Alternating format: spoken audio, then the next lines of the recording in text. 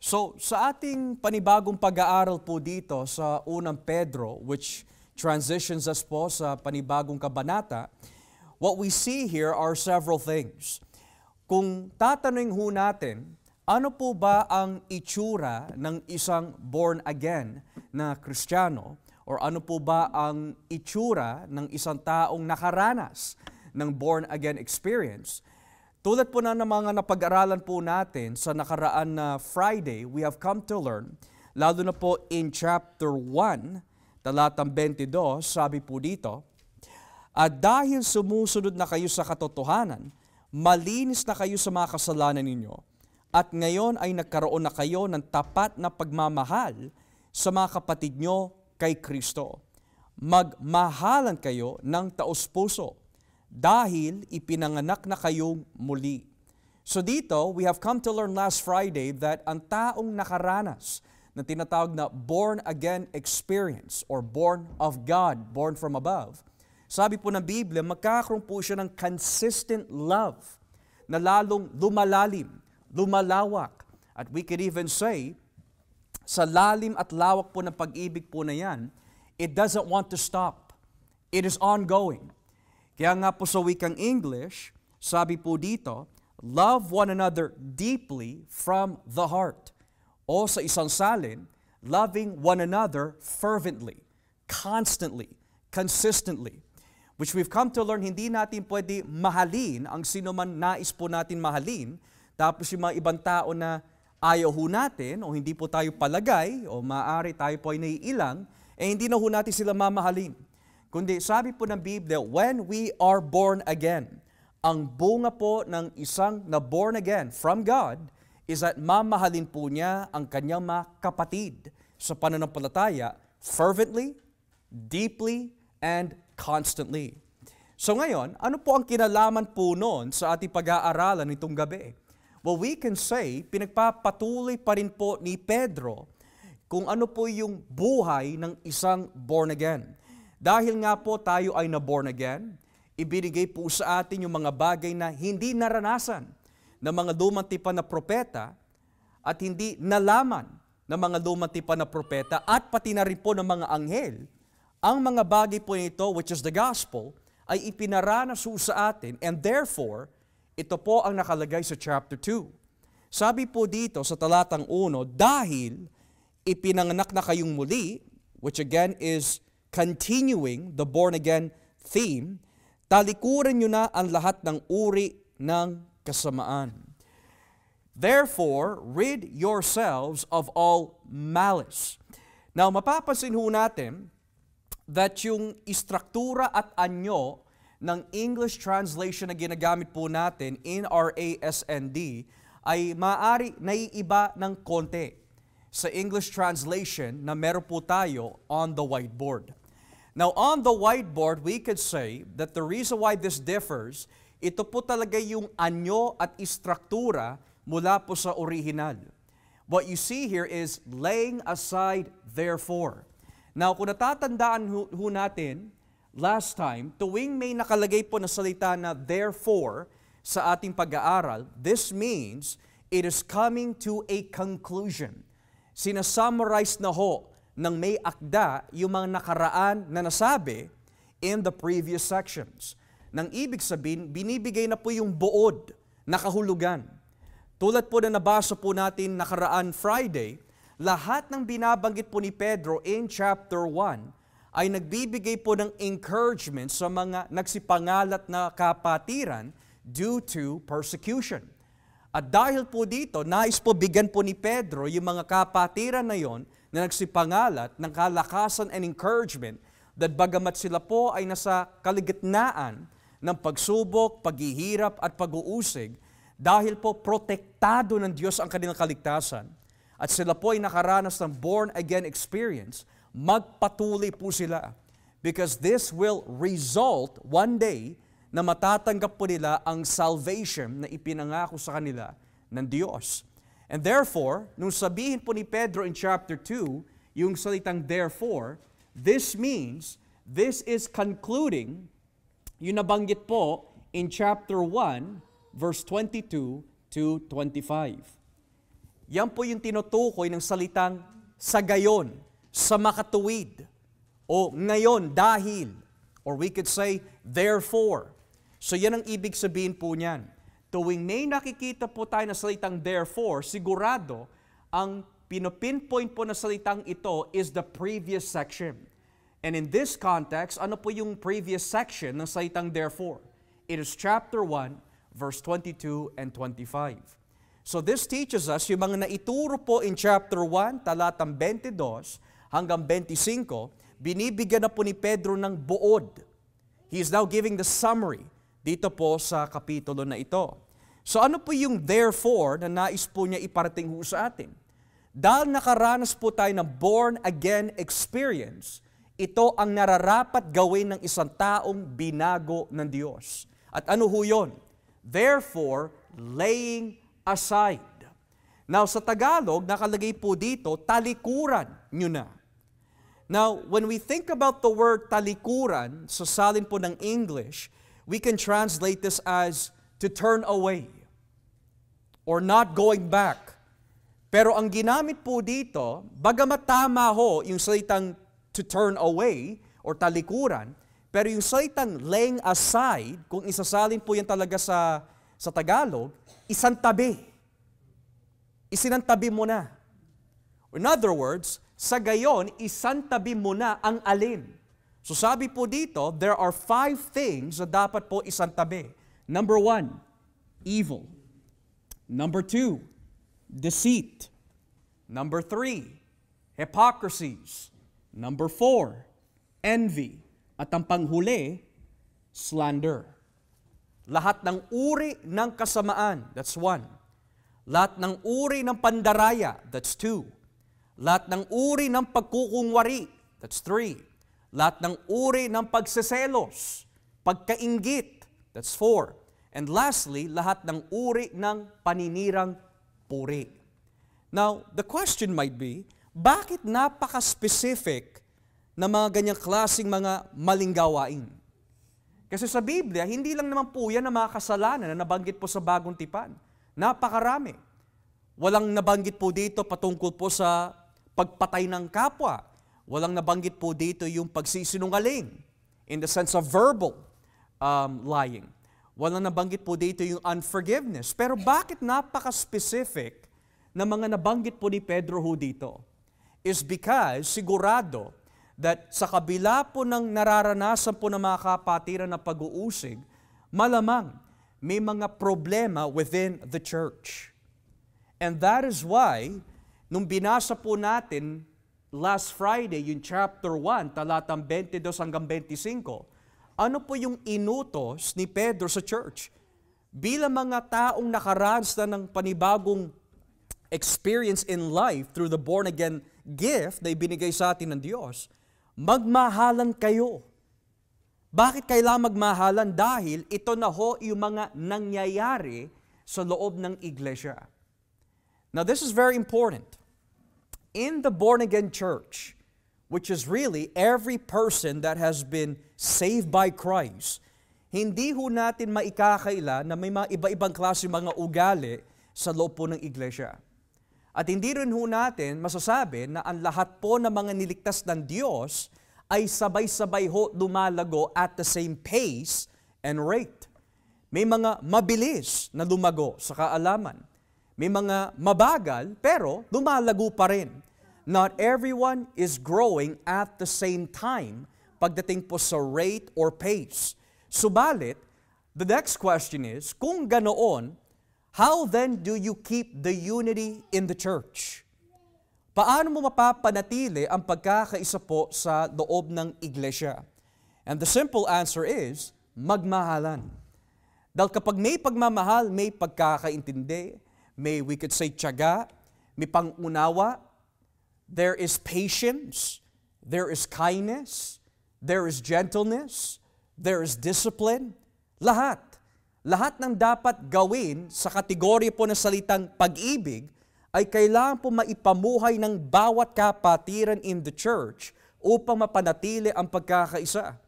Subalit, kapag ang salita po ng Diyos ay hindi po naghahari sa ating buhay, makakalimutan po natin na isantabi yung mga kahinaan ng laman. At kapag yung mga kahinaan po ng laman ay hindi ho natin isinantabi bilang mga born again o nakaranas ng born again, ang mangyayari is, hindi ho natin maisasantabi yung tinatawag na kasamaan. Now, sa Biblia, kapag sinabi po yung salitang kasamaan, this is the opposite of godliness. This is the opposite of good. Now, sa ibang salin po ng English, usually yung salitang evil ay isinalin po nila bilang salitang malice. And usually, yung salitang malice, may mga ibang salita ho na konektado po dito. Tulad po ng wickedness. Bahagi po dito, depravity. Bahagi po dito, lahat ng uri of ill living. Everything that is unrighteous ay parte po ng salitang evil, kasamaan. Ang pagpatay ay kasamaan. Kapag hindi ho tayo nagpapatawad, kasamaan ho yun. Kapag mataas po ang ating pride, kasamaan po yun. Or when we have false piety, kasamaan po yun. Or when we boast in our works and our wisdom, kasamaan ho yun. So dito, sinasabi po ni Pedro, ngayon na nakaranas po tayo ng born-again experience, therefore, isantabi na po natin ang lahat ng uri ng kasamaan. Now, in the church, hindi ho natin nababasa ang puso ng bawat isa. At hindi rin ho natin nakikita ang bawat isa sa araw-araw.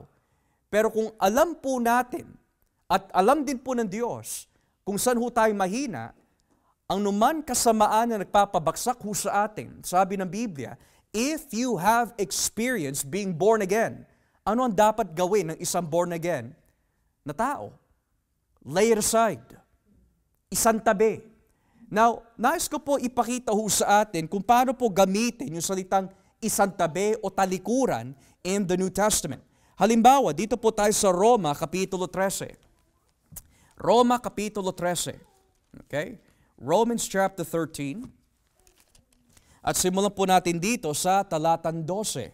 Roma, Kapitulo 13, talatang 12. Tignan niyo po ang sinasabi ng salita po ng Diyos. Mag-uummaga na, kaya iwanan na natin.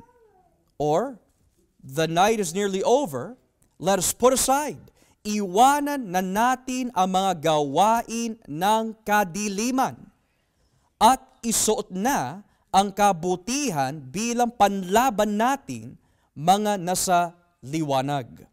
In English, the night is nearly over. The day is almost here. So let us put aside, isantabi, to get rid of, ang alin, the deeds of darkness, ang mga gawain ng kadiliman. Bukod dito, kung babasahin po natin ang Efeso, Kapitulo 4, Ephesians chapter 4. Efeso, Kapitulo 4, talatang 22. Sabi po dito sa Efeso, Kapitulo 4, talatang 22. Sabi ho, kaya talikuran nyo na ang dati ninyong pamumuhay, dahil gawain ito ng dati ninyong pagkatao. Ang pagkataong ito ang siyang nagpapahamak sa inyo dahil sa masasamang hangarin na dumadaya sa inyo. In English, you were taught with regard to your former way of life to put off or to set aside, isantabi, ang alin? Ang dati ninyong pamumuhay dahil gawain ito ng dati nating pagkatao. So dito po, ipinapakita po sa atin ang banal na kasulatan kung bakit kailangan isantabi ang mga lahat ng uri ng kasamaan dahil unang-una, hindi ito bunga ng isang born again. Pangalawa, kung tutuparin po natin ang ating mga dating pag-uugali, hindi talaga natin kinilala o nakilala ang ating Panginoong Hesukristo. Pero hindi lang po natapos diyan kung ibababa po natin ang basa sa talatang 25. Kaya, huwag na kayong magsisinungaling. Ang bawat isa'y magsabi ng katotohanan sa kanyang mga kapatid, kay Kristo, dahil kabilang tayong lahat sa iisang katawan. Therefore, each of you must put off, o isang tabi, falsehood, and speak truthfully to your neighbor, for we are all members of one body. So kapag sinabi pala isang tabi, ang lahat ng uri ng kasamaan, bahagi po dito ang kasinungalingan. So kung may kahinaan po tayo na tayo ho minsan ay nadadaig po ng kahinaan ng pagsisinungaling, alam niyo ho, marami pong dahilan kung bakit ang tao nagsisinungaling. Unang-una, nagsisinungaling po ang tao para maipresenta ang kanyang sarili na we could say popular, maganda sa paningin po ng iba pero hindi talaga siya yon. O pangalawa, yung mga ibang tao, tulad na nabanggit ko po kanina, nagpapasikat. Kaya ang ginagawa ho nila, para sumikat, magsisinungaling sila patungkol sa kanilang abilidad, credentials, etc. Meron naman nagsisinungaling dahil natatakot ho sila na sila'y usigin o natatakot po sila because of intimidation. There are many reasons kung bakit ang tao ay nagsisinungaling. Pero sabi nga po sa atin ng Biblia, mga kapatid, kung ito po ay parte ng ating kahinaan bilang Kristiyano, we need to set this aside. Bakit po? Dahil yan ho ang inutos sa Hebreo 12. Basahin po natin ang Hebreo Kapitulo 12. Hebreo Kapitulo 12, talatang 1. Hebrews chapter 12, beginning at verse 1. Tingnan niyo po yung nakalagay dito. Napapaligiran tayo ng maraming tao na nagpapatotoo tungkol sa pananampalataya nila sa Diyos. Kaya, let us throw off, kaya talikuran na natin ang kasalanang pumipigil sa atin at alisin ang anumang hadlang sa pagtakbo natin. Buong tiyaga tayo magpatuloy sa takbuhing itinakda ng Diyos para sa atin. Sumula po sa patotoo ng banal na kasulatan, there are many reasons kung bakit kailangan natin isantabi ang mga maling gawain. Number 1, ito ay nagpapakita na kapag hindi natin isinantabi, hindi talaga natin kinikilala si Jesus. Pangalawa, ito po ay nagiging hadlang sa ating takbuhing, ang sabi po ng Biblia. Na ano po ang ibig sabihin ng race na binabanggit po dito? It means, meron po tayong goal and journey bilang mga Kristiyano that one day makasama po natin si Kristo. Pero kapag tayo ho, hindi natin sinusupil, pinapatay, or isinasantabi ang ating lumang pagkatao sa tulong po ng banal na Espiritu, nagiging hadlang ho ito sa ating paglago bilang mga Kristiyano. So, ayon po sa mga patotoo ng mga ilang teksto, kung babalikan po natin yung sinabi ni Pedro dito, therefore, laying aside every evil. Now, there are two ways to interpret yung salitang evil. Number 1, is it singular or ito po yung masasabi po natin ugat ng lahat ng mga susunod na maling gawain. Now, kung i-view po natin as number 1, that means yung salitang evil ho dito is isolated sa salitang deceit. Pero kung sasabihin po natin itong salitang evil ay yung pinakaugat kung saan nagmula ang deceit, hypocrisy, envy, and slander, pwede rin po ganon. Gayunpaman, it is very important to understand that whether you take interpretation 1 or interpretation 2, ang lahat na nabanggit po dito ay nasa kategorya pa rin po ng kasamaan. So it doesn't really matter which view you take. Lahat po siya ay nasa ilalim ng kategorya ng kasamaan. So ano po ang susunod ho dito? Isantabi din po natin ang deceit, pandaraya. Now, sa Biblia, kapag ginamit po yung salitang pandaraya, it is used in the sense, mga kapatid, na may masamang motibo that is very manipulating. Halimbawa, kapag may napapanood po tayong mga pelikula o kapag meron po tayong mga nakakausap po na mga kamag-anak, ano po ang madalas ang pinapayo ng mga kalalakihan sa kanila mga dalaga kapag may nang liligaw ho sa kanila. Minsan ang naririnig po natin na phrase, kilala ko ang motibo ng mga lalaki na yan. Pare-parehas lang sila. Bakit po nasasabi ng mga tao yon? Dahil alam nila kung ano po nilalaman po ng puso ng mga tao based on their motives. It's very deceiving. It's very manipulative. So dito, ginagamit po ni Pedro yung salitang pandaraya in the sense, meron po siyang motibo na hindi maganda. Meron po siyang motibo at balak na masasabi po natin na hahantong po sa kapahamakan ng mga taong dadayain niya.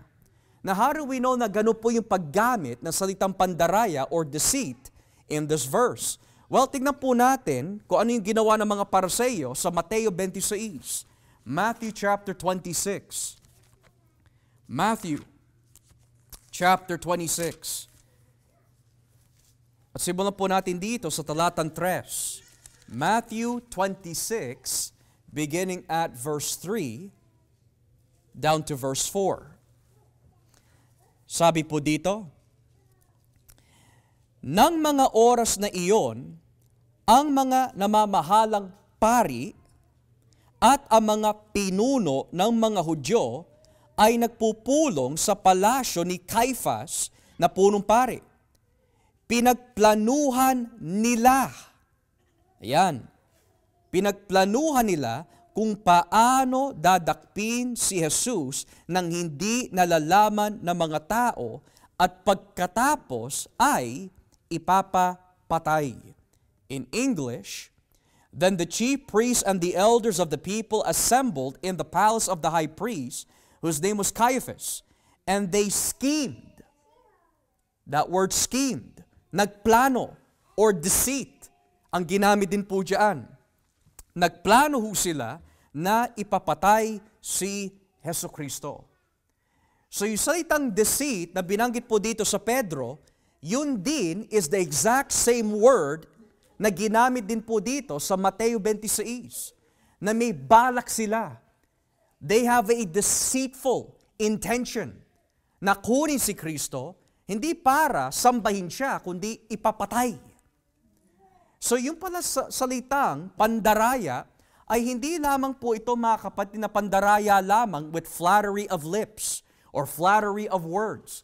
Ang pandaraya ay nagmumula po sa maling intensyon na hahantong po sa kapahamakan ng mga taon na nais nila dayain. Furthermore, sa unang Tesalonica, pwede din po ito tumukoy sa maling katuruan. Unang Tesalonica, Kapitulo 2, 1 Thessalonians, chapter 2. At simulan po natin dito sa talatang 3. Unang Tesalonica, Kapitulo 2, talatang 3. Sabi po nila Pablo, ang pangangaral namin ay hindi batay sa kamalian, masamang hangarin, o sa balak na manlinlang. Sa halip, nangangaral kami bilang mga karapat-dapat na katiwala ng Diyos na kanyang magandang balita. Ginagawa namin ito hindi para kalugdan kami ng mga tao, kundi ng Diyos na siyang sumisiyasat sa mga puso namin. So nakikita ho natin mula po sa talatang 3 yung mga salitang, nangangaral kami bilang mga karapat-dapat, hindi dahil sa balak na manlinlang. That is the exact same word na ginamit po dito sa unang Pedro. So yung pagkukungwari o pandaraya rather has elements of wrong intentions. May masamang balak. So ang isang binago ng Diyos, sa lahat ng kanyang ginagawa, hindi dapat may masamang balak ko siya na siya'y purihin, kilalanin, o sambahin ng mga tao. This teaches us na kailangan pala ho natin suriin ang mga puso dahil ang ating mga puso ay madaya. Halimbawa, bakit ka tumutulong sa iyong kapatid sa pananampalataya? Bakit mo siya pinagpapala? Bakit mo siya hinahatid? Bakit mo siya sinusundo? Bakit mo siya kinakausap? Bakit mo siya sinasama? Bakit mo siya tinutuwid? Ano ba ang iyong balak? So ngayon, kapag ang ating balak o ang puso o motibo o intensyon ay hindi tama, hindi lang ho tayo nagkasala with the sin of deceit, pero ang ating mga mata at puso ay nadaya na rin. Kasi gumagawa po tayo ng isang bagay na hindi po umuuwi sa ikapupuri ng Diyos. Kaya nga mga kapatid, we should always guard our hearts. Nakakatakot po yung kahinaan na kapag binibida natin ang ating mga ginawa, binibida natin ang ating mga sarili, nadaya na ho tayo ng ating mga puso, mga kapatid. Dahil kung ano ang nilalaman ng ating mga puso, sigurado yun ang lalabas sa ating mga bibig. So deceit is a part of the things that we must lay aside. Pangatlo, hypocrisies, ang pagkukungwari. Sa Biblia, kapag sinabi po yung salitang pagkukungwari or pagiging hipokrito or hypocrisies, usually, mula po sa original, ang ibig sabihin po talaga nito is play acting. Nagpapanggap ka ng isang bagay na hindi naman talaga ikaw yon. Yun ang ibig sabihin po ng hypocrite or hypocrisies. You are play acting. You are pretending that you are something that you are not. Now, in the Bible, makikita po natin, lalo na po sa huling araw, which is now, kung ano po ang itsura ng pagkukungwari. Halimbawa, sa 2 Timoteo, Kapitulo 3, 2 Timoteo, Kapitulo 3, talatang 5. Sa 2 Timoteo, Kapitulo 3, talatang 5, makikita ho natin ang isang halimbawa ng pagkukungwari. Verse 5, ipinapakita nilang makadiyos sila, pero hindi naman nakikita ang kapangyarihan nito sa buhay nila. Iwasan mo ang mga taong ganito, having a form of godliness, but denying its power. So ano po yung form na binabanggit po dito? Yung panlabas. Tulad na nabanggit ko po sa inyo kanina mga kapatid, hindi natin nababasa ang puso ng bawat isa. Hindi ko po kayang basahin ang puso ninyo. At hindi rin nyo po kayang basahin ang aking puso. Ang nakikita lang po natin at nalalaman lang po natin towards each other ay yung mga nakikita, naririnig pagdating sa labas. Yung panlabas lang. Subalit, yung hypocrite na tinutukoy po dito is, nagkukungwari po sila sa kontekstong ito na mahal nila ang kanilang mga kapatid, pero hindi naman talaga. Kailangan isang tabi yun. Sa Biblia, they have a form of godliness. Mukhang Kristiyano sa panlabas, pero sa puso, hindi talaga nila kilala ang Diyos. Nagpapanggap po sila ng isang bagay that is really not them. Kaya tingnan niyo po sinabi dito ni Pablo sa Roma 12. Pagdating po sa pagmamahal, dapat walang halong pagkukungwari. Romans chapter 12, basahin po natin.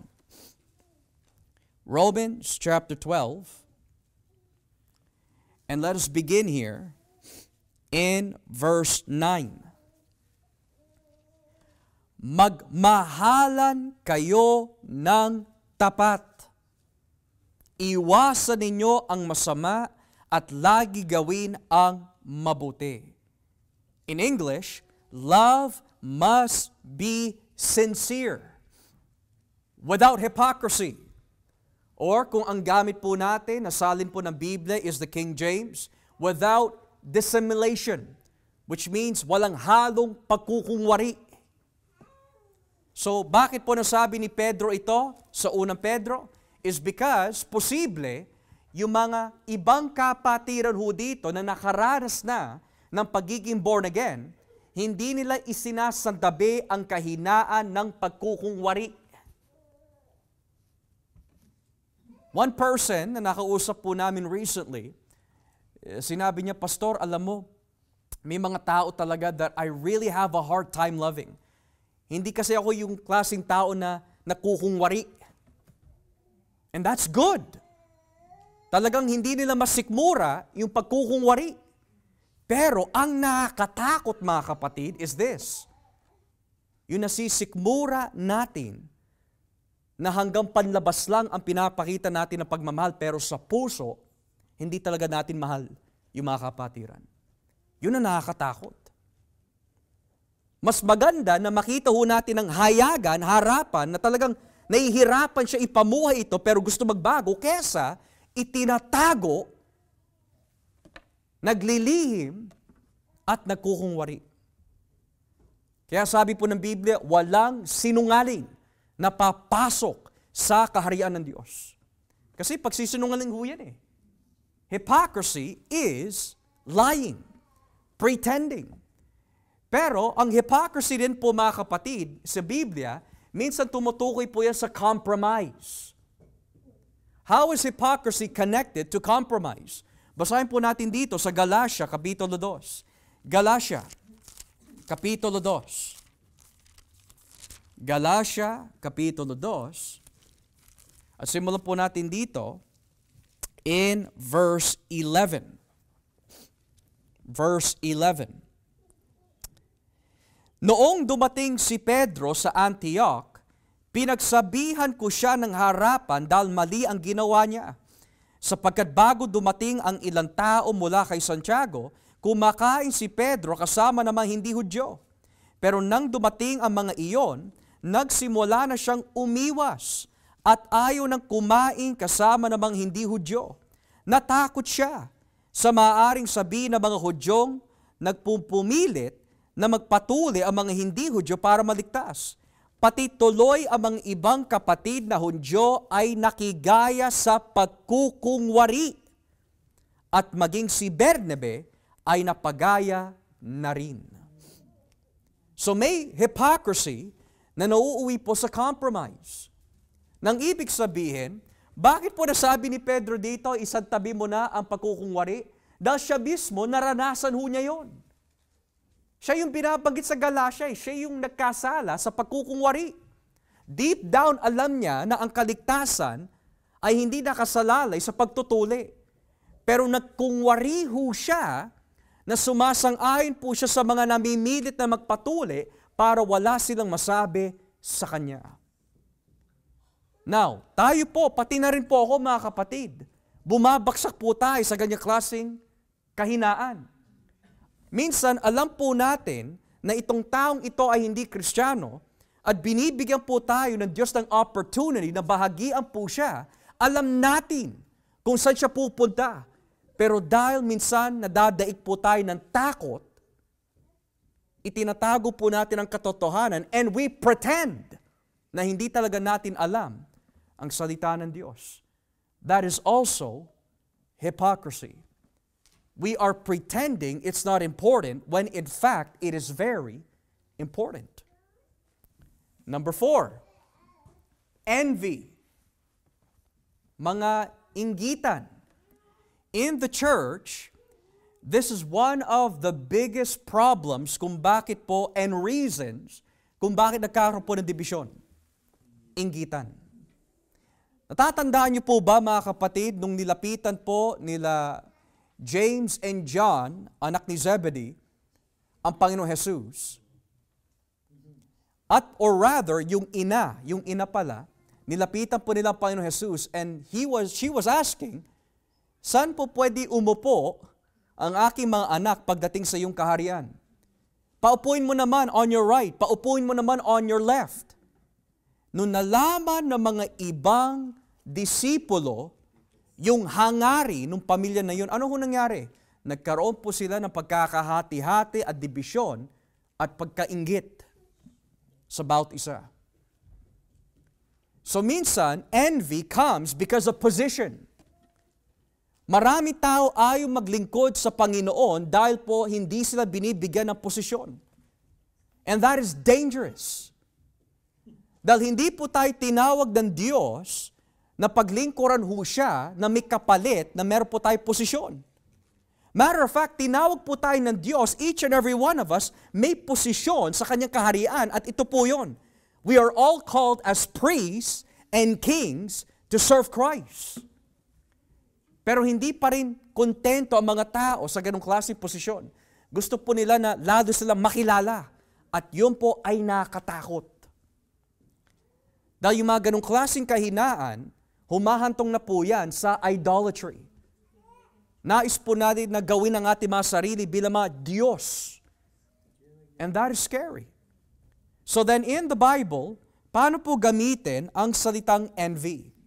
Well, we could say that sa panahon po ni Kristo, dahil siya po ang pinakamahusay na mga ngaral, at siya lamang po ang nakapagturo na may otoridad, maraming mga tao umalis sa sinagoga ng mga Pariseo at sumunod ho sa kanya.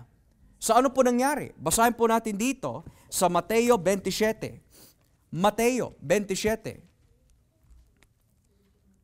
Mateo 27. Basahin po natin in verse 17. Matthew 27, verse 17. Mateo 27, talatang 17. Tignan niyo po yung sinasabi dito. Patungkol po ito sa pagpako kay Kristo, dahil na rin sa inggit ng mga Pariseo. Sabi ho, na magtipon ang mga tao. Tinanong sila ni Pilato, sino ang gusto ninyong palayain ko? Si Barabas o si Jesus na tinatawag na Kristo? Alam ni Pilato na pagkainggit ang nagtulak sa mga pamunuan ng mga Hudyo na dalhin sa kanya si Jesus. Now, kapag may mga inggitan, kapag may mga envy, jealousy, ayon po sa nakikita ho natin dito, humahantong po ito sa very evil actions. Minsan makikita po natin sa mga balita, dahil hindi lang po binigyan ng raise or promotion ang isang taong nagtatrabaho at the workplace for how many years, pinatay po niya ang kanyang boss. Meron naman, pinatay niya ang kanyang kapatid because of envy. And in the Bible, ito yung ginawa ni Esau, or rather, ito po yung ginawa ni Cain kay Abel. Ano po yung ginawa ni Cain? Dahil hindi ho siya pinagbigyan ng Panginoon sa kanyang pagkakamali, dahil hindi tinanggap ng Diyos ang kanyang alay, anong ginawa po niya sa kanyang kapatid? Pinatay. Yan ang nagagawa po ng envy, inggit. Now, may tamang inggit at may inggit na humahantong po sa kasalanan. We are to envy one another to live in holiness.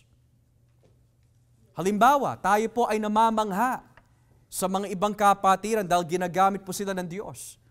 Pero yung envy po na yon is, dinidesire po natin sa Diyos, Lord, gamitin niyo po ako tulad ng paggamit niyo po sa mga kapatiran na yan.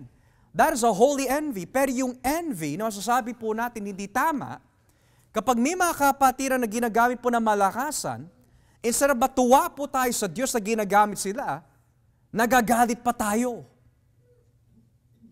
Nais pa natin makipagkompetisyon or competition sa kanila. And that is wrong.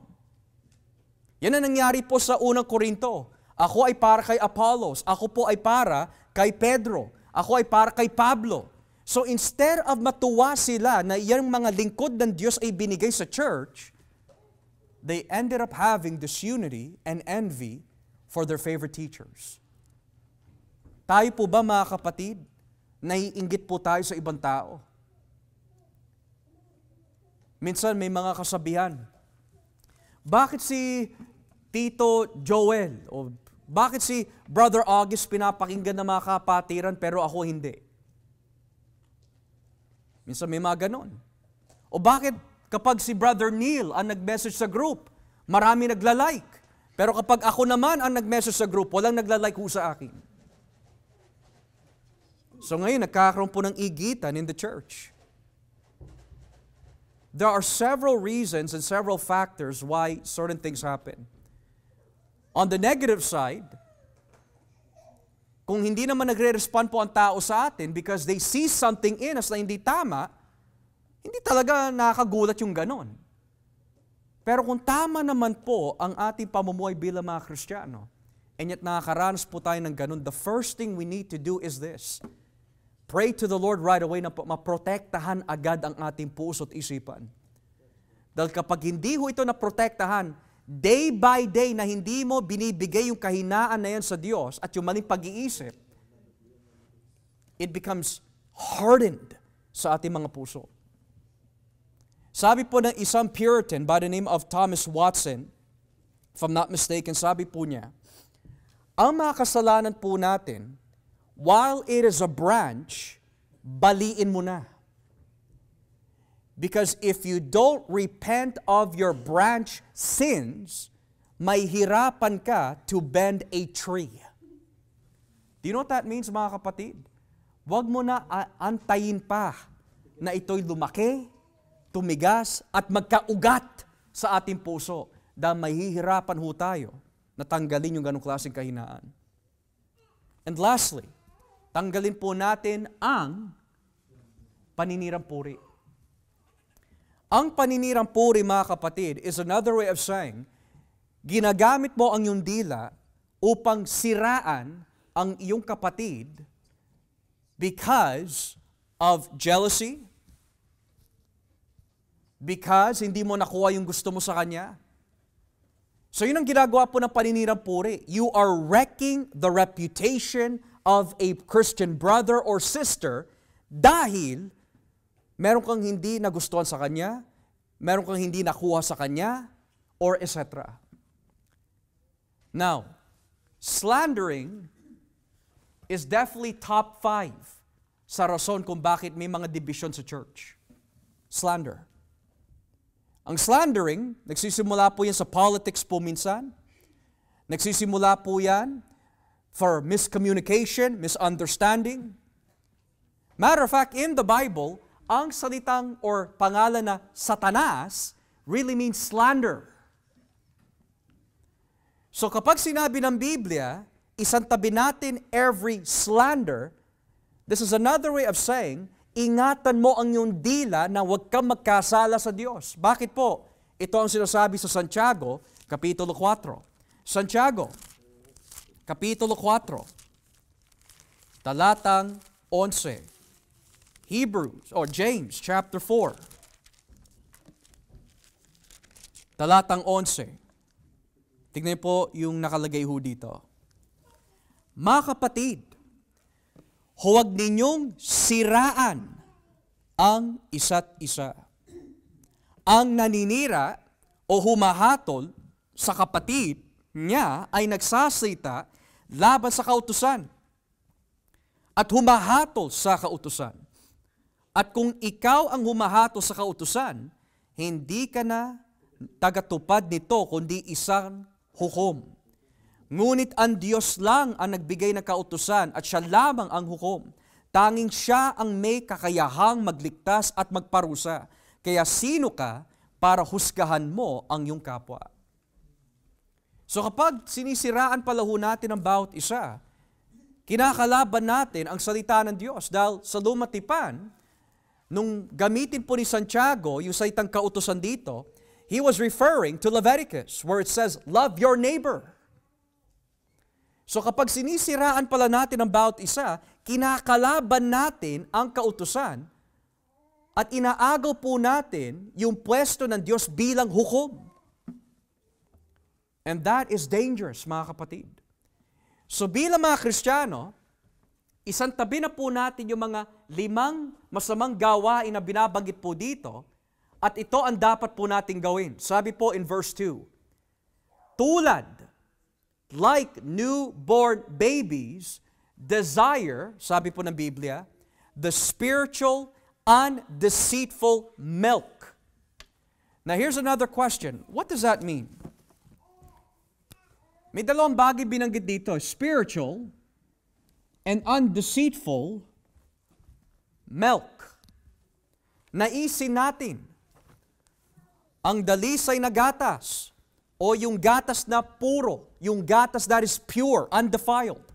Ano po yung gatas na binabanggit po dito? Well, we can say that in the New Testament, tuwing ginagamit po yung salitang gatas, it usually has something to do with knowledge. So basahin po na muna natin dito sa 1 Corinto 3. 1 Corinto 3, talatang 1. 1 Corinto 3, talatang 1. Tingnan niyo po yung sinasabi dito. Sa 1 Corinto 3:1, mga kapatid, hindi ko kayo makausap noon bilang mga taong ginagabayan ng Espiritu ng Diyos, kundi bilang mga taong makamundo at sanggol pa sa pananampalataya kay Kristo. Ang mga ipinangaral ko sa inyo'y mga simpleng aral lamang dahil sa hindi pa ninyo kayang unawain ang malalalim na pangangaral. At kahit ngayon, hindi pa ninyo ito kayang unawain. Sa English ng talatang 2, I gave you milk, not solid food. So dito, yung salitang gatas na ginagamit po sa 1 Korinto ay tumutukoy po sa mga aral na hindi pinapamuhay ng mga taga-Korinto. So it has to do with knowledge that is not applied. Pero pagdating po sa aklat ng Hebreo, Kapitulo 5, kung ating po babasahin, tignan po natin kung paano po gamitin ng mga ngaral ang salitang gatas. Hebreo, Kapitulo 5. At simulan po natin dito sa talatang 12. Hebreo, Kapitulo 5, talatang 12.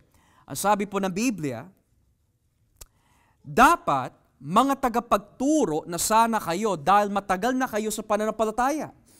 Ngunit hanggang ngayon ay kailangan pa kayong turuan ng mga panimulang aralin tungkol sa salita ng Diyos. Katulad pa rin kayo ng mga sanggol na nangangailangan ng gatas dahil hindi nyo pa kaya ang matigas na pagkain. So again, ang ibig sabihin po nito, may mga Kristiyano na ang tatagal na sa ministeryo, na aralan na, tinuruan na, ipinakita na sa kanila yung dapat nilang gawin, pero hindi pa rin nila ginagamit ang kanilang mga natutunan. So para sila mga sanggol na nangangailangan pa rin po ng gatas.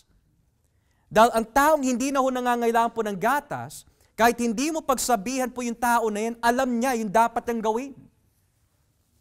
Kasi na siya eh. That's how you know, mga kapatid, na ikaw ay lumalalim sa pananampalataya. Kahit hindi ka na pagsabihan, kahit hindi ka na i-remind, alam mo na yung dapat mong gawin. Pero kung kailangan ka palagi pagsabihan, i-remind palagi na gawin yung mga bagay na alam mo na, you are still a baby spiritually. You are a baby when it comes to the knowledge of the Word of God. So then, paano naman po gamitin ni Pedro yung salitang milk po dito? Well, usually, ang nagiging interpretation po ng ilan is this. Ang sinasabi po ni Pedro dito is that ang mga kausap po niya ay sanggol pa sa pananampalataya. Yun ang interpretation po ng iba. Subalit, it is difficult dahil ginamit po yung salitang like, katulad.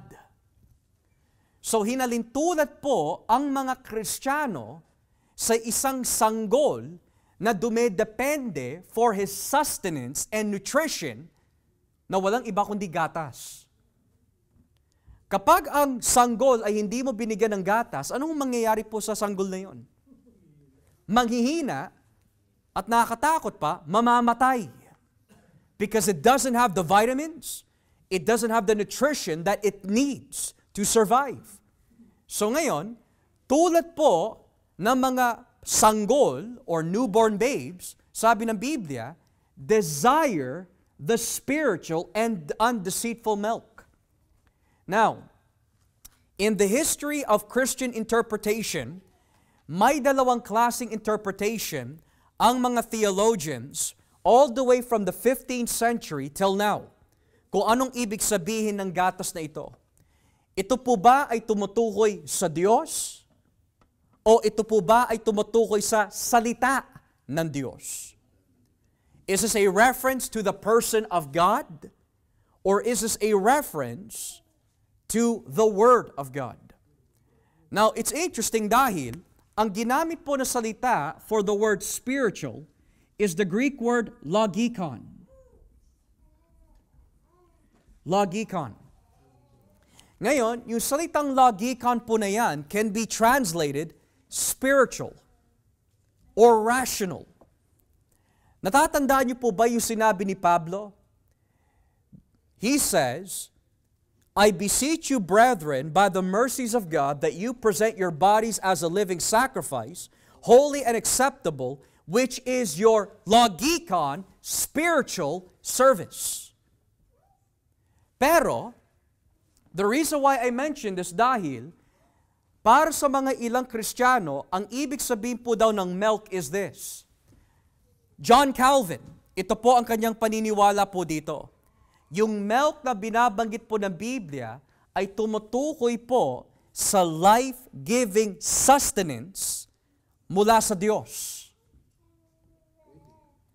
Meron naman, may mga ibang theologian, tulad po ni Karen Job, sabi po niya, yung milk na binabanggit po dito ay hindi tumutukoy sa salita ng Diyos, kundi ito po ay tumutukoy sa naibibigay ng Diyos Ama kapag tayo po ay laging dumidepende sa Kanya.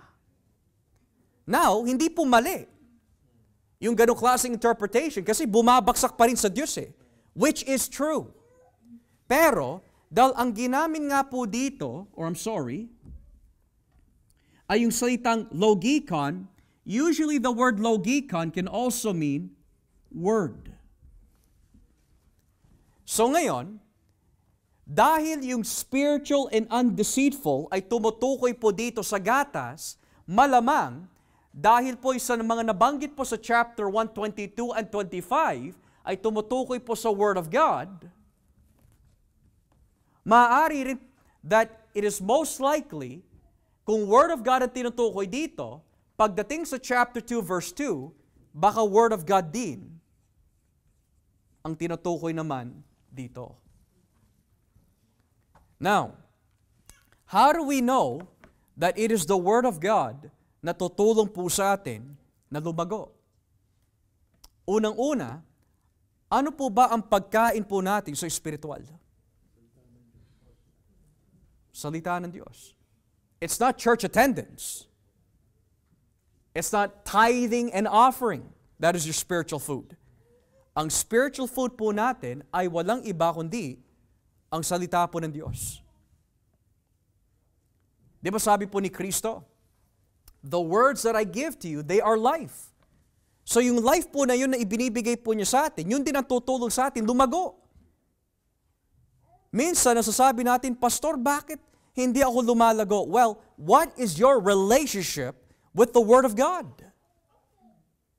Well, nagbabasa naman ako every day. That's great. But do you eat it? Do you apply it? Yun ang tutulong sa atin, lumago. At paano ko malalaman na ako'y lumalago sa gatas ng salita ng Diyos? Kapag yung mga bagay na ito ay isinantabi natin. That's how you know. Pero habang hindi natin isinasantabi, hindi tayo lumalago, hindi tayo nagpo-progress. So the milk of the Word ay walang iba than the Word of God. Now, dahil po yan ang ating spiritual na pagkain, ano po ang dahilan? Why do we need it? So that you may grow to salvation. Ha? Grow to salvation? Taka lang, di ba nasa akin na ang kaligtasan? Yes. Pero, yung kaligtasan na tinutukoy po dito is a fuller understanding patungkol po sa kaligtasan na ibinigay sa atin ng Diyos. Ngayon, kung tatanungin po natin ating mga sarili, anong ibig sabihin ng kaligtasan? Well, ito po yung mga nasa script. Ang kaligtasan means, iniligtas po tayo mula sa parusa ng Diyos. Yes. But what else?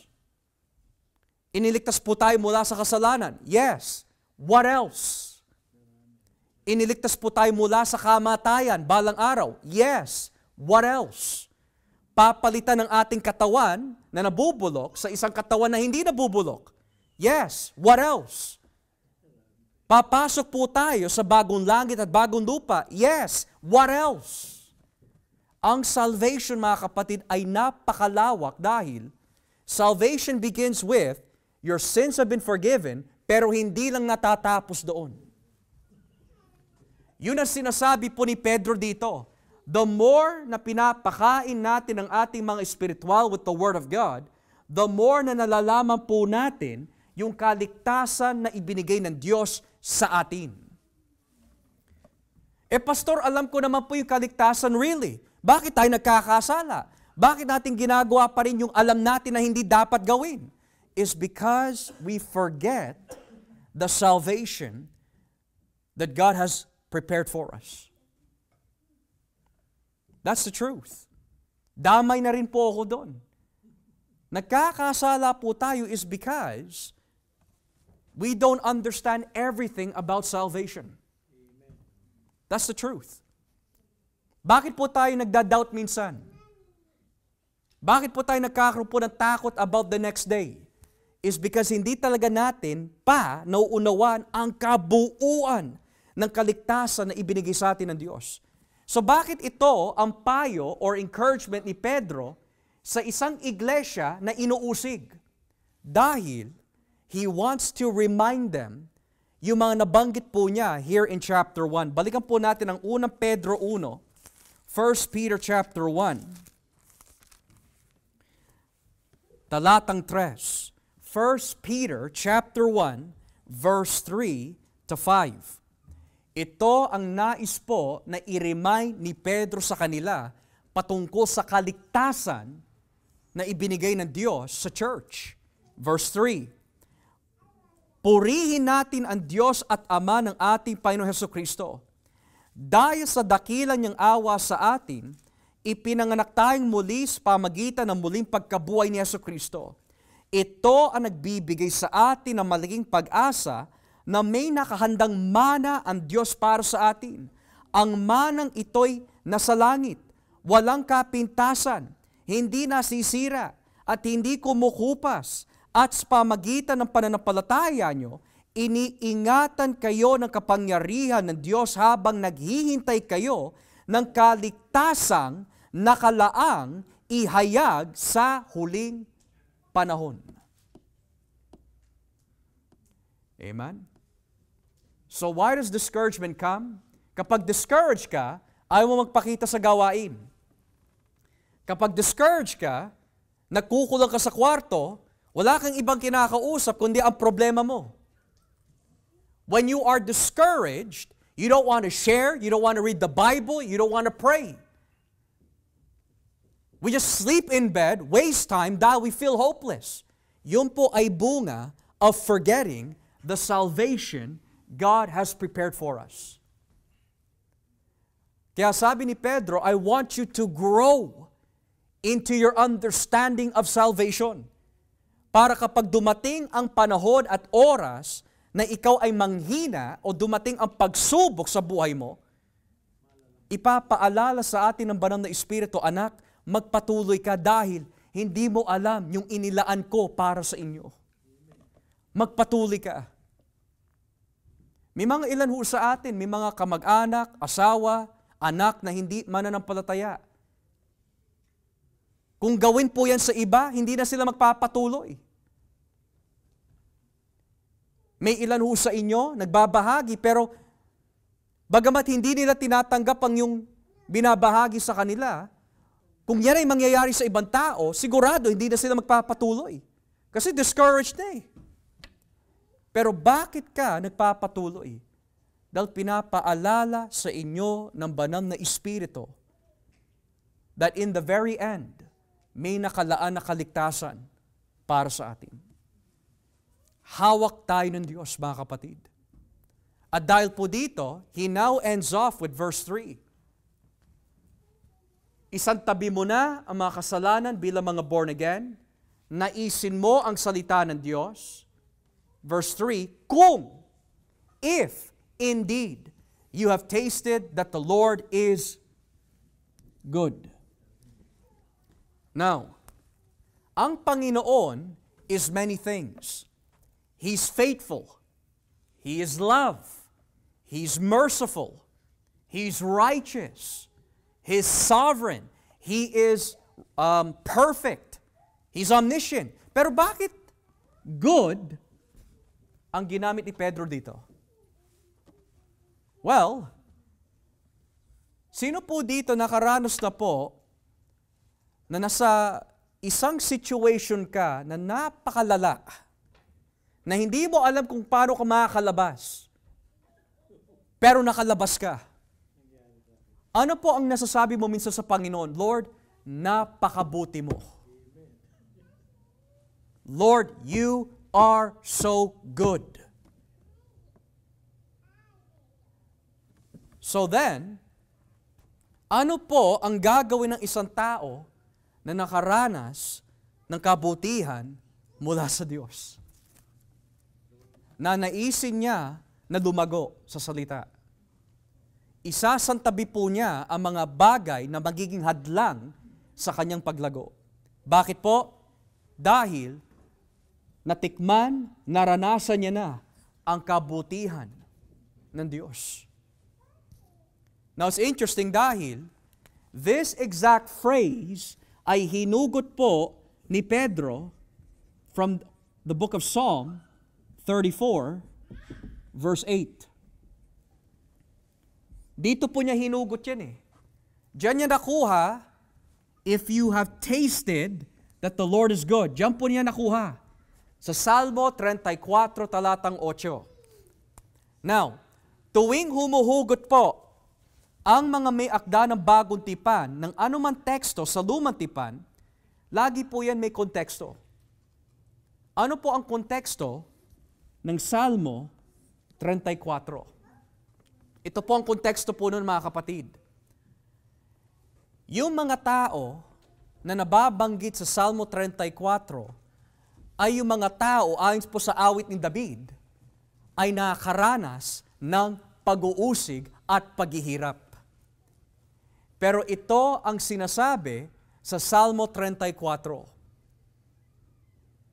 Many are the afflictions of the righteous, but God delivers them out of all their troubles.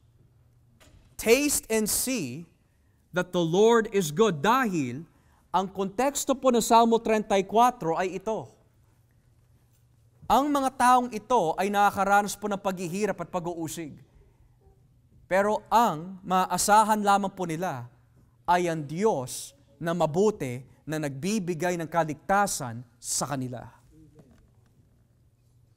Ngayon, in-apply ni Pedro ang Salmo 34 to the church. Tingnan nga po natin ang mga kagandahan na pangako sa Salmo 34. Basahin po natin, napakaganda mga kapatid. In-apply ni Pedro ang chapter na ito mula sa Salmo 34. Psalm chapter 34. Tignan niyo po yung mga pangako dito. Unang-una, simulan po natin sa talatang 8. Salmo 34, talatang 8. Kapag tayo po ay nakakaranas ng paghihirap, pag-uusig, kahinaan, basahin lang po natin ito. Sabi po sa talatang 8, subukan ninyo at iyong makikita kung gaano kabuti ang Panginoon. Napakapalad ng taong naghahanap ng kaligtasan sa Kanya. Now, hindi pa po natatapos diyan. Talatang 15. Ibaba po natin ang basa sa talatang 15. Iniingatan ng Panginoon ang mga matuwid at pinakikinggan niya ang kanilang mga karangingan. Ngunit kinakalaban ng Panginoon ang mga gumagawa ng masama. Sila'y kanyang nililipol hanggang sa hindi na sila maalala ng mga tao sa mundo. Tinutugon ng Panginoon ang panalangin ng mga matuwid at inililigtas sila sa lahat ng mga suliranin. Malapit ang Panginoon sa mga may bagbag na puso at tinutulungan niya ang mga nawawalan ng pag-asa. Marami ang paghihirap ng mga matuwid, ngunit inililigtas sila ng Panginoon sa lahat ng ito. And verse 21, o verse 20, sila'y iniingatan ng Panginoon at kahit isang boto nila'y hindi mababali. Amen, mga kapatid? In-apply ni Pedro ang Salmo 34 to the church. Tamang-tama po ito sa kalagayan ng iglesia dahil ano po nangyayari sa unang Pedro? Inuusig sila. Nakakaranas ng paghihirap. Pero dahil naranasan po nila ang pagiging born again, dahil ito po ay nagbula sa kabutihan ng Diyos. Dalawang bagay lang ang hinihingi po ng Diyos dito. Isang tabi mo ang kasalanan at naisin mo na lumago sa pagkakakilala mo sa akin. Dahil ang Diyos ay mabuti. Ang Diyos po ba mabuti, mga kapatid? Kung siya po ay mabuti, hingin po natin ang tulong mula po sa biyaya ng Diyos. Lord, tulungan niyo po na isang tabi ang kasalanan ko. Tulungan niyo po ako isang tabi ang mga kahinaan ko sa dila, sa maling pag-iisip, sa pagkukungwari, pandaraya. Lahat ng ayaw mo sa akin, Panginoon, tulungan niyo po na matanggal ito. At tulungan niyo po na naisin palalo na lumago sa pananampalataya. Dahil ang Diyos ay mabuti. Kaya nawa po, mga kapatid, sa ating pag-aaral nitong gabi, meron po tayo napulot na napakahalagang aral, and that is, kung naranasan at natikpan po natin ang kabutihan ng Diyos, let us turn away from sin and grow in the grace of Christ. Amen? Because God is good. Kaya nais ko po buksan itong gabi ang ating Bible study floor for questions. Meron po ba tayong mga katanungan related or unrelated sa ating mga pinag-aralan nitong gabi? Does anyone have any questions? Envy nga, kasalanan, hindi ba? There's two types. May godly envy, may ungodly envy. Tulad po ng galit, may ungodly na galit, may banal na galit. So, babasahin ko po ito sa inyo, Brother Joel. Sa Santiago 4:5, ito po nakalagay. Huwag ninyong isipin na walang kabuluhan ang sinasabi ng kasulatan. Ayaw ng Espiritong pinatira sa atin na may kaagaw sa pag-ibig niya. So in English, do you think the Scripture says without reason that He jealously longs for the Spirit He has caused to dwell in us? So kahit ang banal na Espiritu, may banal na inggit, pero yung banal na inggit po na yun ay dahil nais niya na ingatan tayo na wala tayong ibang ibigin maliban lang po siya dahil yung ibang iniibig po natin na mas higit po sa Kanya ay magdudulot po ng kapamakan ho sa atin. So it is a godly jealousy. Yung jealousy po natin na ungodly is gusto natin lagi number one tayo. Kaya lang, pero how, kasi pag sinabi mong jealousy, tapos holy jealousy, pagkatulad ng lie, white lie, sinasabi natin kahit anong klase yan, lie pa rin yan. Yung jealousy pa rin yan. Yeah. Pero the difference po, Brother Joel, is that God never lied. That's the difference. God never lied. Lying is always a sin. Kaya sabi ng Biblia, God is not a man that He should lie. Right? Pangalawa, walang anumang kadiliman o kasinungalingan sa Diyos. So, hindi natin magagamit bilang halimbawa yung lying in the same category as jealousy dahil may mga bagay na sinasabi po ng Biblia that are sin and are not sin. Ang Diyos po ay nagagalit. Pero yung galit niya banal. Pero may galit din na humahantong sa kasalanan. Right? Pero yung jealousy na binabanggit po dito, bakit sinabi ng Biblia na ang Diyos po ay a jealous God? Dahil ay ayaw niya na may sinasamba o may iniibig po tayo na ibang Diyos maliban lang po sa Kanya. So that is a godly jealousy. Because yung godly jealousy po niya is, kung may iibigin po tayo ng ibang Diyos na wala naman talaga tunay na Diyos kundi siya lamang, mapapahamak po ang ating kaluluwa. Whereas pag tayo ay nainggit, ungodly, in an ungodly way, we're so focused on ourselves na wala tayong iniisip kundi sarili lang.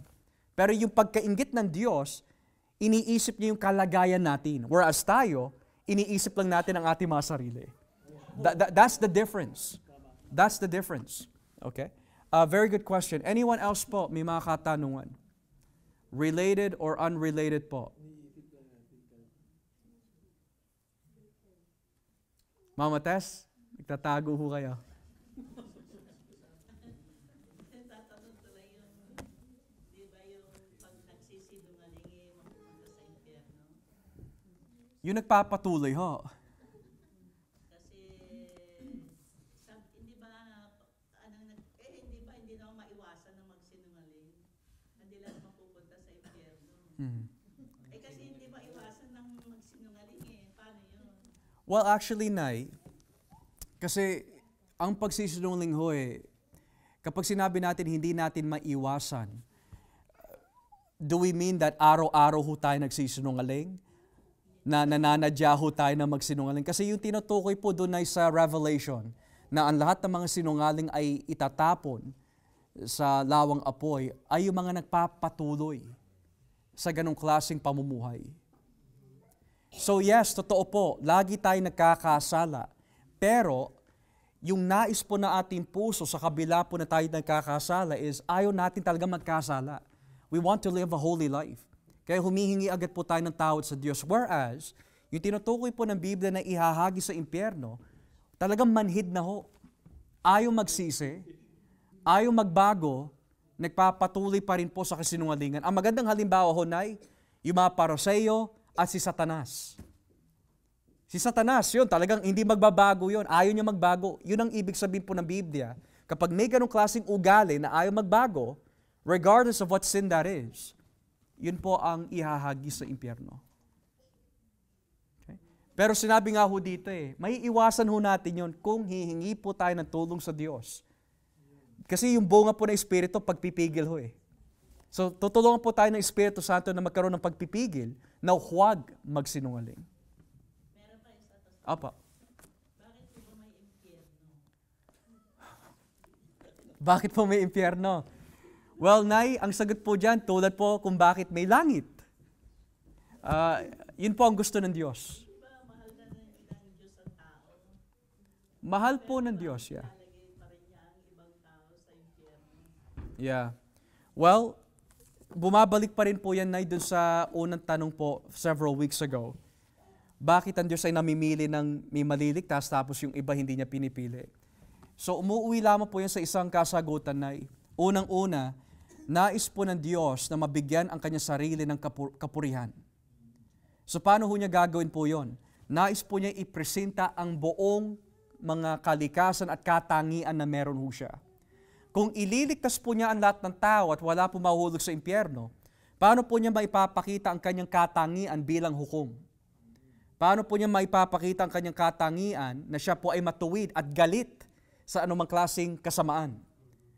Ngayon, kung wala naman po ililigtas ang Diyos ng anumang tao, paano po niya maipapakita ang kanyang katangian na siya po ay maawain, mapagpatawad, mapagmahal, and etc. So, we could say that lahat ng pinaplano po ng Diyos, mapalangit man o impyerno, ay dahil po sa kanyang kagustuhan na mabigyan ang kanyang sarili ng kapurihan. Yun lamang po yun, Ma. Yeah. Okay, good question. Anyone else have any questions, related or unrelated?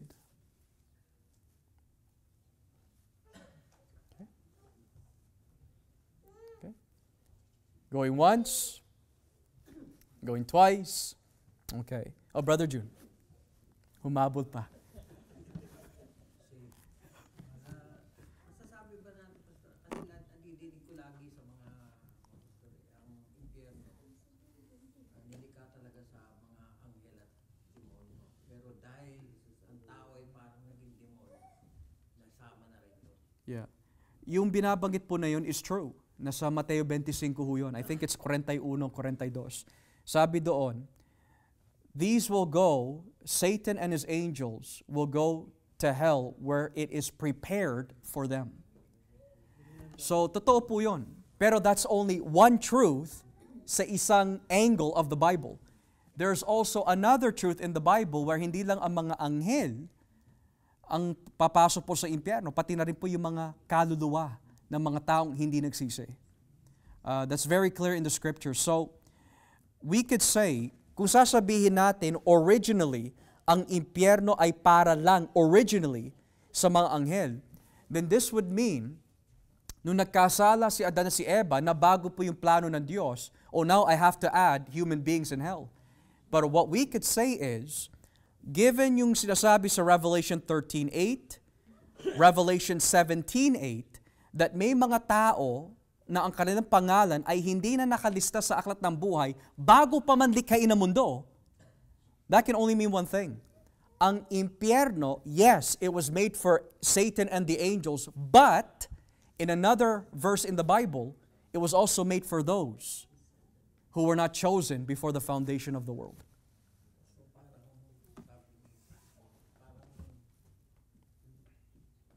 Sinabi po ng Panginoon, pinili ko kayo pero isa sa inyo ay demonyo. Saka po, Brother June, it's very clear in Proverbs 16. Ito po yung madalas po natin na ginagamit ho eh. Proverbs 16:4, babasahin ko po sa inyo. Ang lahat ay nilikha ng Panginoon na mayroong layunin. Kahit na nga ang masasama, itinalaga sila para sa kapahamakan. So, sagot din po yung kinamamates, may layunin po kung bakit may impyerno. May layunin po kung bakit may nahuhulog sa impyerno dahil may itinalaga ang Diyos, may layunin ng Diyos, and ultimately, ito po ay nauuwi sa kanyang kapurihan. 16, verse 4. Proverbs 16, verse 4. Okay? Very good. Anyone else have any questions? Nay.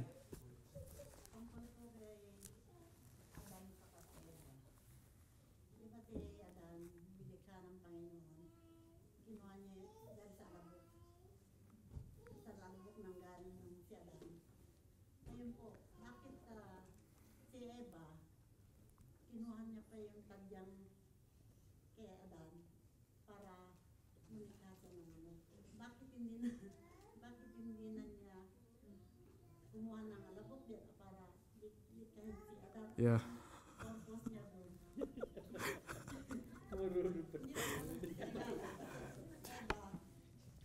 Yeah. Tadyang pa niya. Ngayon, pwede naman pala niya likhahin si Eva sa alabok. Anong purpose niya doon? Well, pwede po natin palawakin lalo na eh. Kahit hindi gumamit ang Panginoon ng alikabok, pwede pa rin siya manlikha ng tao. Pero the point is that yung mga ganyang klaseng katanungan na yung detalye talaga po hindi binibigay sa atin eh, ng buo. Tulad po nito, bakit yun ang ninais ng Diyos? Ang sagot naman po ng ilan is that dahil kapag dating po natin sa chapter 3, sabi po niya kay Adan, dahil ikay nagkasala, nagmula ka sa alikabok, babalik ka na naman sa alikabok. Pero it still doesn't answer the question, bakit alikabok ang kanyang ginamit? It could have been something else. Secondly, ang biblical sagot naman po kung bakit yung babae ay kinuha po sa tadyang ni Adan is because ang nilalarawan po nun is that she is a part of the man. Nanggaling po siya sa tao. Pero why God did it that way? Hindi ko po alam na yun talaga ang gusto ng Diyos. Yeah, yun po talaga ang gusto ng Diyos. Yeah. So, ang sabi lang po ng Biblia, nanggaling po siya from the dust, nanggaling po yung babae from the rib. May mga medical na sagot pa nga ho dyan eh. Bakit kinuha po ng Diyos yung babae sa tadyang? Ang sagot naman po ng iba dahil one day magre-regenerate din naman yung mga bones na yon. But it still doesn't answer the question, bakit tadyang ang ginamit ng Diyos? It could have been something else. It doesn't have to be a bone. Pero we don't know, Nay. Ang Diyos lang po talaga nakakalam. Okay? Anyone else have any questions? Related, unrelated? Okay? Pwede ba yung maging prangka? Pwede po maging prangka ho?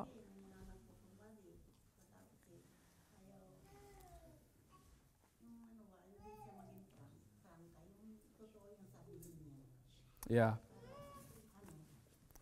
Well, yung pagiging prangka na, if I understand yung Tagalog word na yun correctly, yung being too straightforward, may straightforward na magagawa naman po sa tamang paraan.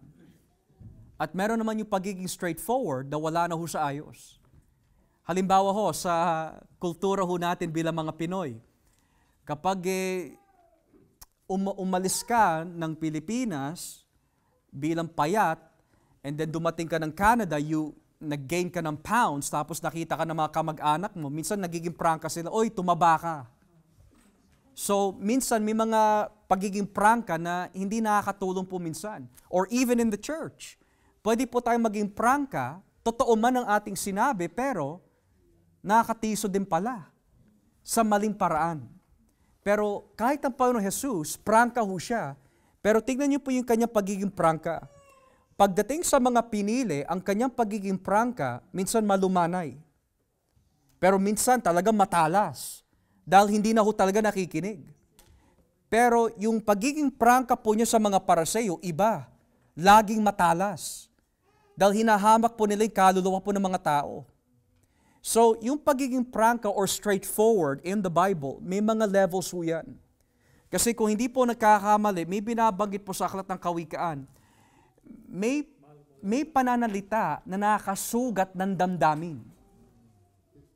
Pero ang tanong ho doon, paano po ba gamitin yung pagiging prangka? Halimbawa, kung si Brother Joel nagkasala, let's say, may tampo ho siya sa isang kapatiran, alam ko ho yun. So, pwede po maging prangka ho kay Brother Joel sa ganitong paraan. Dahil siya po ay mas nakakatanda ho sa akin, sasabihin ko po sa kanya, bilang isang ama ko na, ituturing ko po siya bilang ama, Tito, alam ko po na may nakatanim ho dito. Di ba sabi po ng Biblia, kailangan ho natin i-let go ho yun. Magtulungan ho tayo, ipagpe-pray ho kita. So yun po ay masasabi natin malumanay na prangka. Pero yung prangka lang ho na hindi malumanay at wala sa ayos, alam mo, katanda-tanda mo na, parang wala ka natututunan. Oh, bahala ka na nga dyan. So, totoo yung aking sinabi, pero nakakatisod. Kasalanan ho yun. Kasi sabi ng Biblia, we are to restore. Hindi lang po tayo tinawag na magbigay sugat lang. Magbibigay tayo ng sugat, pero gagamutin rin. Kasi yun ang sinasabi po ng Biblia. Restore in the spirit of gentleness. Para hindi ho tayo mahulog sa tukso. So, Nay, kung sino man ho ang iniisip po ninyo, ipag-pray nyo ho, yung tamang baksak na salita, yung mahinahon, malumanay, pero wag nyo itatago ang katotohanan. Kung nararapat naman po na sabihin. Okay? So, pag-pray nyo ho yun, Nay. Pag-pray nyo ho. Okay? Anyone else have any questions, related or unrelated? Okay? So, kung wala na po tayo mga katanungan, mga kapatid, tayo po ay magbigay na po ng doxology sa ating Panginoon.